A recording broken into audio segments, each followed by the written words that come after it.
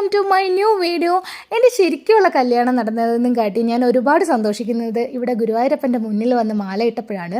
കാരണം എന്ന് വെച്ചാൽ എൻ്റെ അന്നത്തെ കല്യാണ ദിവസം ചെയ്ത മേക്കപ്പോ അല്ലെങ്കിൽ ആ ഒരു സറൗണ്ടിങ്സോ ഒന്നും തന്നെ എനിക്ക് ഒട്ടും തന്നെ കംഫർട്ടബിൾ അല്ലായിരുന്നു. മേക്കപ്പിൻ്റെ കാര്യം പിന്നെ പറയേ വേണ്ട, എനിക്കത് മുഖത്ത് പുട്ടിയടിച്ചതുപോലെയായിരുന്നു എൻ്റെ മേക്കപ്പ് അന്നത്തെ ദിവസം ഇരുന്നത്. പക്ഷേ ഇന്ന് ഇവർ രണ്ടുപേരും കൂടെ ഒരുക്കിയപ്പോഴത്തേക്ക് അത്യാവശ്യം വില ഉണ്ടായിരുന്നെന്ന് എനിക്കും തോന്നി.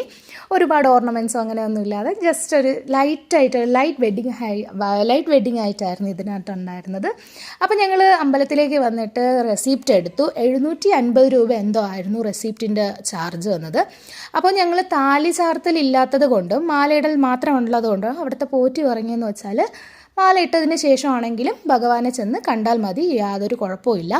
എന്നിട്ട് ഭഗവാനെയൊക്കെ ചെന്ന് കണ്ട് തിരിച്ചിറങ്ങി വന്നിട്ട് കുറച്ച് നേരം നമ്മൾ അങ്ങോട്ടും ഇങ്ങോട്ടുമൊക്കെ നടന്ന് റീൽസ് എടുക്കാനും ഫോട്ടോ എടുക്കാനും, അത് പിന്നെ ഈ ഡ്രസ്സും പിന്നെ അവിടെ വെച്ച് വിവാഹം നടന്നു കഴിഞ്ഞാൽ പിന്നെ എടുക്കാതിരിക്കാൻ പറ്റുമോ?